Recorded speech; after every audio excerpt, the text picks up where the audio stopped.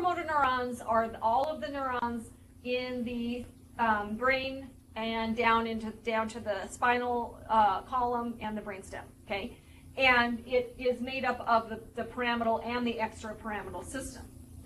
If you have damage to the upper motor neurons, which, by the way, it's not that common that you have damage just to the pyramidal system or just to the extrapyramidal system, okay? You generally have damage to both. And when you have damage to both, the symptoms you normally see is the damage to the extrapyramidal system, one of the most common being spasticity. Now, you can, in rare cases, have upper motor neuron damage that's just the pyramidal. And so the muscle spindles aren't affected because the extrapyramidal neurons are working just fine. And if that's the case, you end up with the opposite of spasticity, which is flaccidity, okay? Where instead of the arm wanting to be like this, it's just hanging loose, okay? But that's not very common. Generally, upper motor neuron damage is going to affect both, okay? Because it's not usually isolated enough. Now, okay, so the terms. Upper motor neuron damage. Spastic paralysis, almost always. Paresis, plegia, okay? Now, as I said, you can have flaccid, but generally it's spastic. Paralysis, remember, means complete loss of function. Paresis is weakness. Plegia is also weakness, okay? Just another term for it. And it's usually hemi, because usually, not always, but generally, you know, the most common injury is a stroke, and it's usually on one side, okay?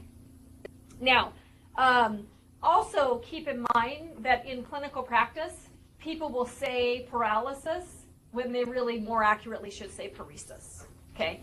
Because it's actually not that common when someone has an upper motor neuron injury to have complete paralysis, okay? There's usually something, because remember, we have just millions of neurons going through the system, okay?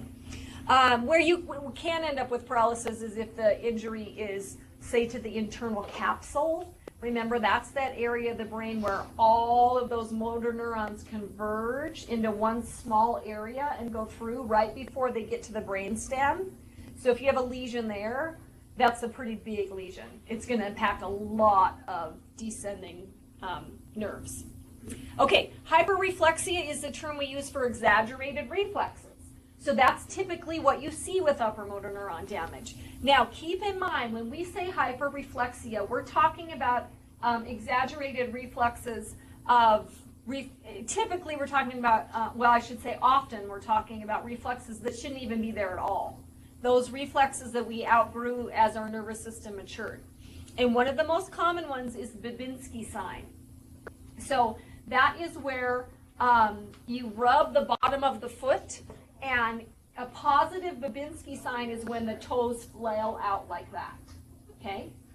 Now, generally, if you stroke the bottom of someone's foot, if they do anything, they're going to curl their toes, okay? But if they flail out like that, that's a positive Babinski sign, and it's a very good indicator of upper motor neuron damage.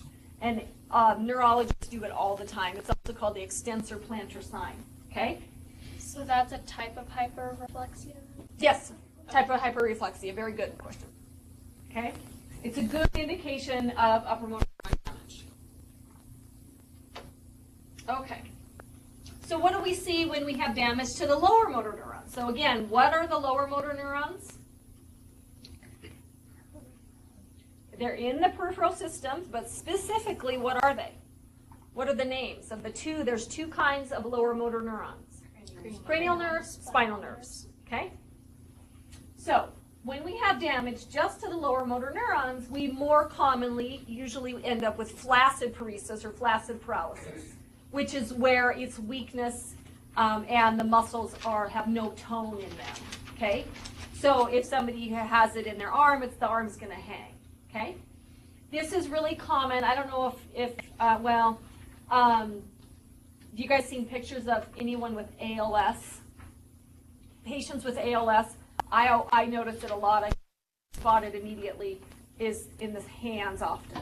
You know, they might have enough function to get their arm to move a little bit, but the hands very flaccid and weak. Okay, and they can have they have lower and upper motor neuron damage. And when that happens, you usually see the lower motor neuron signs. So flaccid paralysis, damage to all input, so that's total paralysis. And then fasciculations, that might be a new term. Fasciculations is this kind of muscle twitching, and it kind of looks like, and I don't think I have a video of it. You can find it on the neurologic website. I might see if I can get one online really quick, but excuse me. You'll see it, we see it often in the tongue, but you can also see it in any of the limb muscles. And it literally looks like the muscle is kind of squirming, okay?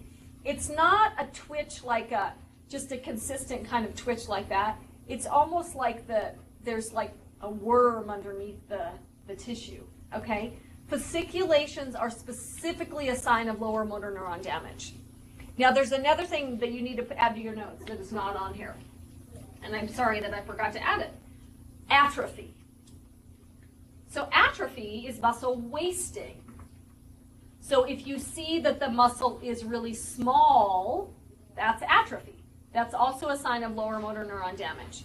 Now, we see this a lot in the tongue. So, and when we talk about cranial nerves, we're going to talk about the hypoglossal nerve again. And it's different than most of the other cranial nerves because most of what it does is just the main tongue muscle, the genioglossus, and it's contralaterally innervated. It's not rather than bilateral, which we'll talk about more.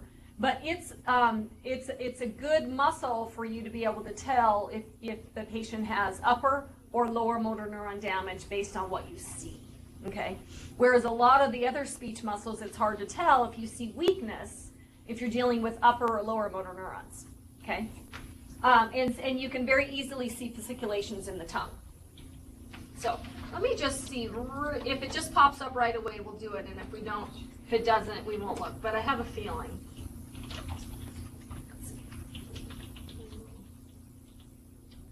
Yep, right there. Okay. Do you see how it looks like the tongue is squirming? That's fasciculations.